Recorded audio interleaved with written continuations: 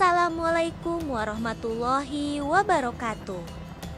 Halo sahabat pintar, balik lagi sama kami Alpha Family Channel. Tempatnya belajar dan bermain jadi makin seru. Pagi ini aku sudah siap berangkat. Udara pagi yang segar menemani langkahku menuju stasiun. Begitu masuk, suasana di peron sudah mulai ramai. Siapa di sini yang suka naik kereta? Kali ini kami mau ajak kalian merasakan petualangan seru menuju kota Solo. Jujur, aku pribadi paling suka perjalanan darat pakai kereta. Rasanya tuh beda aja. Ada sensasi santainya, tapi tetap bisa menikmati pemandangan di luar. Alhamdulillah, dapat tempat duduk di dekat jendela. Ini dia, kursi terbaik untuk menikmati pemandangan. Terlihat pemandangan sawah-sawah hijau membentang luas, seolah karpet raksasa diselingi deretan pohon kelapa yang melambai-lambai. Rasanya damai banget. Tanpa terasa, waktu pun berlalu. Pemandangan di luar mulai berubah lagi. Tanda-tanda kota mulai terlihat. Dan akhirnya pengumuman bahwa kereta akan segera tiba di stasiun Tugu Jogja. Ya betul, kita akan berpindah kereta dengan kereta listrik untuk menuju kota Solo. Dari pintu keluar kereta bandara, kita berjalan kaki untuk menuju pintu masuk KRL. Setelah itu kita menuju ruang tunggu sambil menikmati roti yang kita beli untuk mengganjal perut yang masih lapar.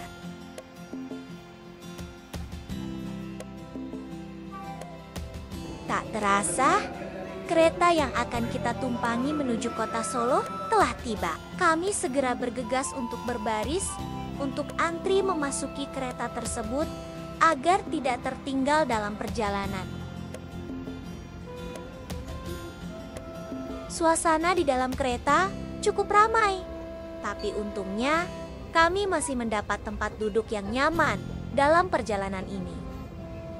Dari stasiun Tugu Jogja, kami menuju stasiun Purwosari Solo. Sebelum menuju stasiun tersebut, kita akan singgah ke beberapa stasiun lain untuk menaikkan penumpang. Lambat laun kereta pun mulai penuh dengan penumpang yang juga akan menuju ke kota Solo. Dan akhirnya kita telah sampai di stasiun Purwosari Solo. Kemudian kita bergegas keluar dari kereta dan menuju pintu keluar untuk melanjutkan perjalanan ini. Untuk melanjutkan perjalanan ini, ada berbagai macam transportasi yang bisa digunakan. Di antaranya menggunakan bus Batik Solo Trans atau menggunakan taksi online. Di sini kami memilih menggunakan taksi online. Di samping lokasinya yang tidak terlalu jauh dari stasiun, juga lebih cepat dan efisien waktu. Museum Keris Nusantara terletak di kota Solo, Jawa Tengah, tepatnya di Jalan Bayangkara. Museum Keris Nusantara merupakan sebuah museum yang dibangun sejak tahun 2013 oleh Direktorat Jenderal Kebudayaan, Kementerian Pendidikan dan Kebudayaan. Kemudian, museum ini diresmikan oleh Presiden Republik Indonesia, Bapak Joko Widodo, pada tanggal 9 Agustus tahun 2017. Museum Keris Nusantara buka setiap hari, kecuali hari Senin. Jam buka mulai pukul 9 sampai dengan pukul 16 waktu Indonesia Barat. Harga tiket masuk sangatlah terjangkau, yaitu Rp10.000. Sedangkan untuk pelajar yaitu sebesar Rp7.500. Di dalamnya terdapat ratusan koleksi keris dan senjata lainnya dari berbagai daerah di Indonesia.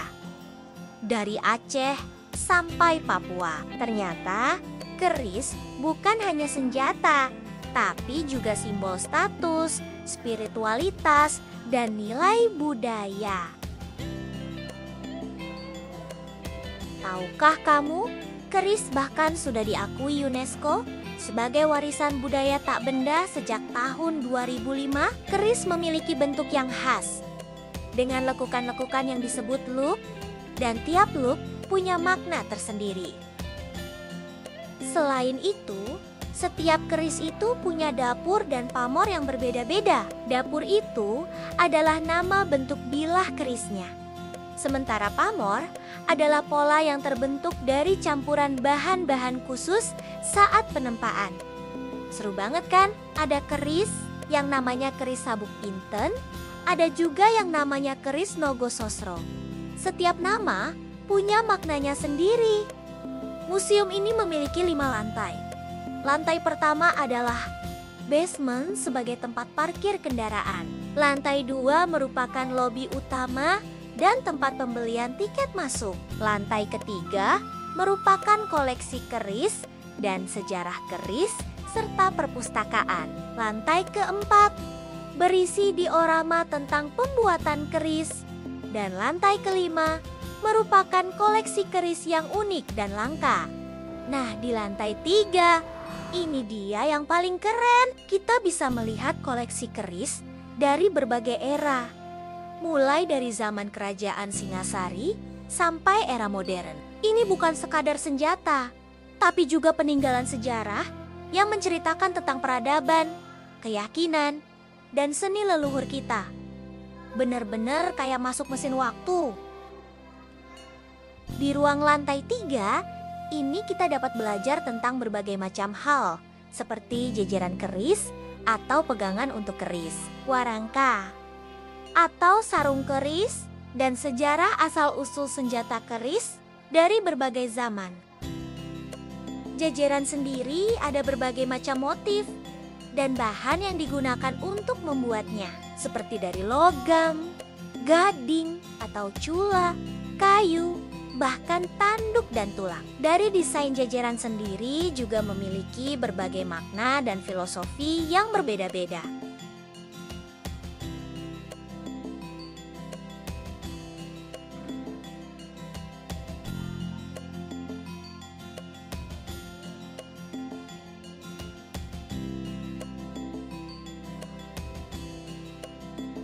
Selain jejeran, terdapat pula warangka atau sarung agar keris mudah untuk dibawa dan tidak melukai penggunanya. Sama seperti jejeran, warangka juga memiliki berbagai macam motif dan jenis. Warangka juga dapat mencerminkan tentang siapa pemiliknya dan jenis keris yang berada di dalamnya.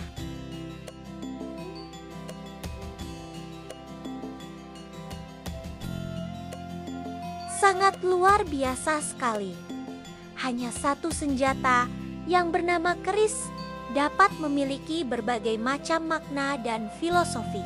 Dahulu kala, keris merupakan simbol kekuasaan dan status sosial.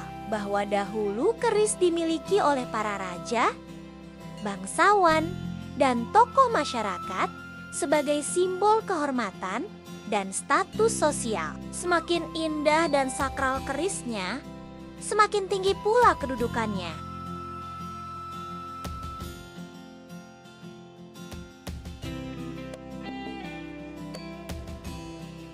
Selain itu, keris merupakan lambang spiritualitas dan perlindungan, di mana banyak yang mempercayai bahwa keris memiliki kekuatan gaib yang bisa memberikan perlindungan atau keberuntungan kepada pemiliknya. Keris sering digunakan dalam upacara adat dan ritual spiritual.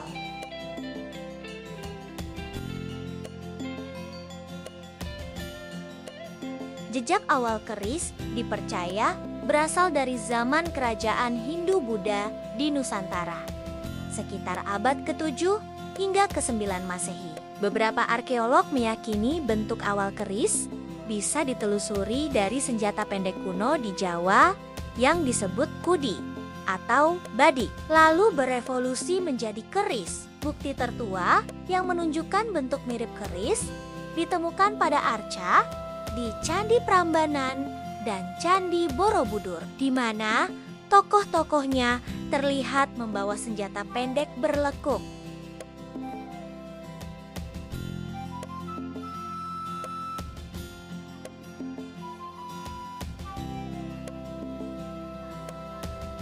Di masa kerajaan Majapahit, keris berkembang pesat, baik dari segi bentuk, seni tempa, maupun filosofi. Keris tidak lagi sekedar senjata, tapi menjadi simbol status sosial, pusaka keluarga, dan lambang kekuasaan spiritual dan politik. Empu-empu terkenal seperti Empu Supo dan Empu Gandring hidup di masa ini. Legenda keris Empu Gandring dan Ken Arok dari Kerajaan Tumapel adalah kisah terkenal dalam sastra Jawa.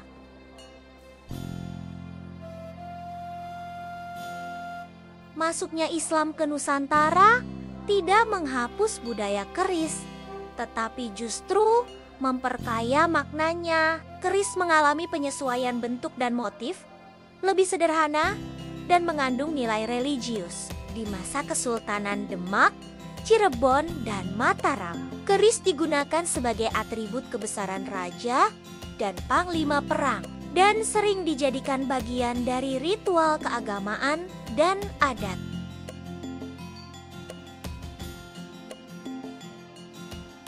Pada masa penjajahan Belanda, keris tetap digunakan sebagai identitas budaya, meskipun penggunaannya lebih terbatas. Banyak keris yang dikoleksi oleh orang-orang Eropa karena keindahan dan mistiknya.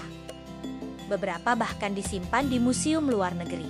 Namun, keris tetap menjadi bagian penting dalam upacara adat, seperti pernikahan, sunatan, hingga pemakaman. Setelah belajar sejarah keris, di lantai 4 ini kita diajak ke area yang gak kalah menarik. Area proses pembuatan keris. Di sini kita bisa melihat replika alat-alat tradisional yang digunakan oleh para empu. Ada tungku api, palu, sampai alat ukir. Keris tidak dibuat oleh sembarang orang, ia dibuat oleh empu, yaitu pandai besi tradisional yang bukan hanya ahli menempa, tapi juga menguasai ilmu spiritual, filosofi, dan seni. Seorang empu biasanya menjalani laku spiritual, seperti puasa, semedi, dan ritual khusus sebelum mulai membuat keris.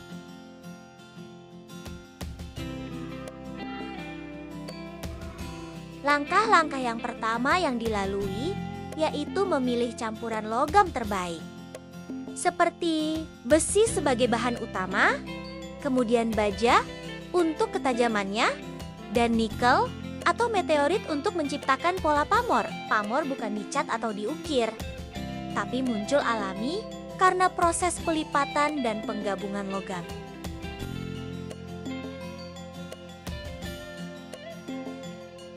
Inilah bagian paling penting.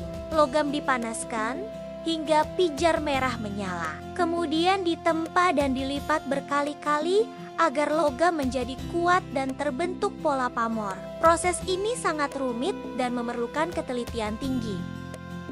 Setelah logam cukup kuat, empu mulai membentuk bilah keris, baik lurus maupun berlekuk. Setiap jumlah lekukan punya makna tersendiri.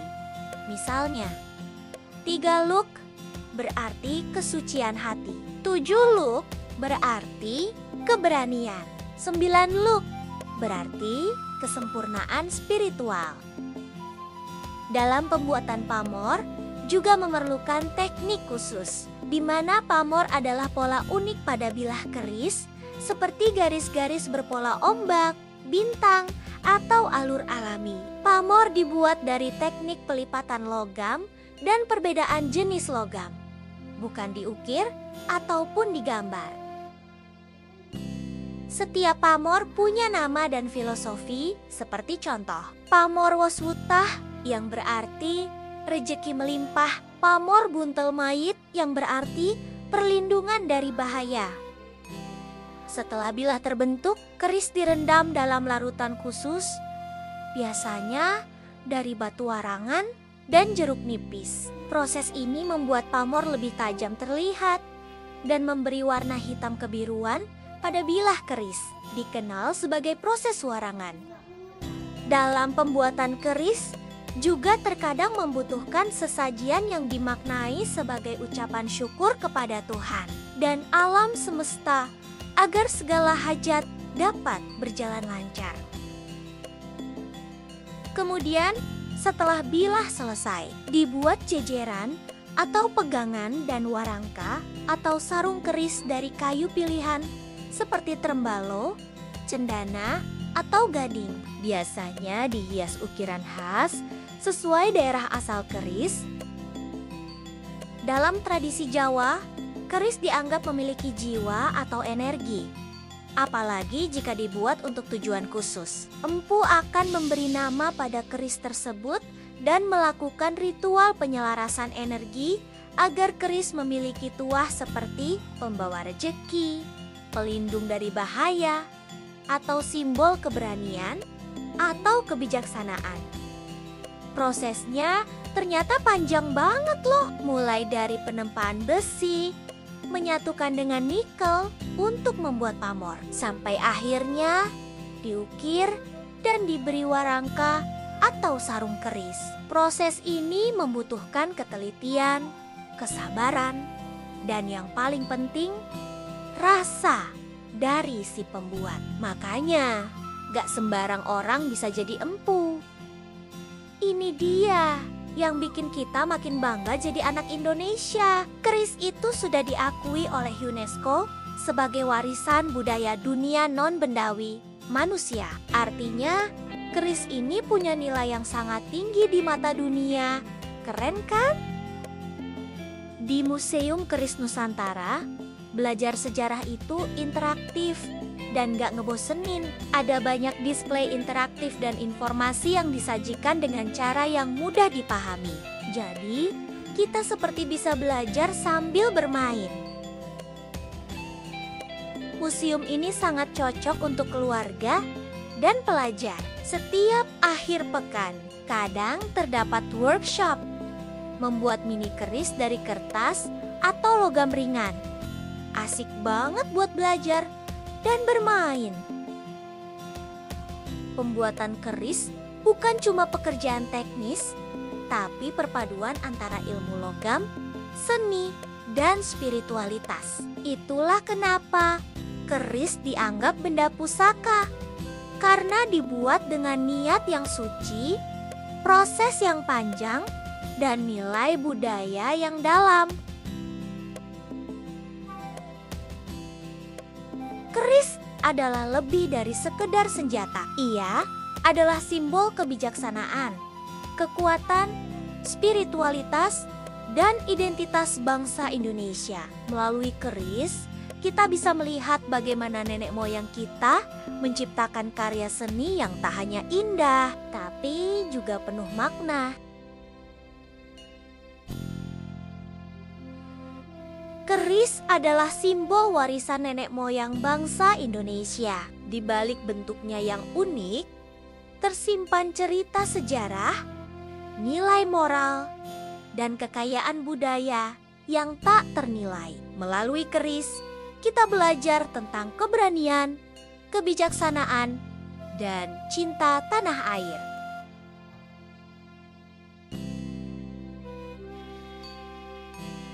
Gimana sahabat pintar? Seru banget kan petualangan kita ini? Ternyata keris itu bukan cuma benda mati, tapi penuh cerita, seni, dan filosofi yang mendalam. Dari sini, kita jadi lebih cinta sama budaya Indonesia. Jadi, kalau kalian ke Solo, jangan lupa mampir ke museum ini, ya. Dijamin, kalian gak bakal nyesel. Jangan lupa like kalau kalian suka video ini, share ke teman-teman kalian biar makin banyak yang tahu. Dan yang paling penting, subscribe ke Alpha Family Channel biar nggak ketinggalan keseruan belajar dan bermain bareng lagi. Sebelum kita melanjutkan petualangan ini, kami akan istirahat dan makan siang dulu ya.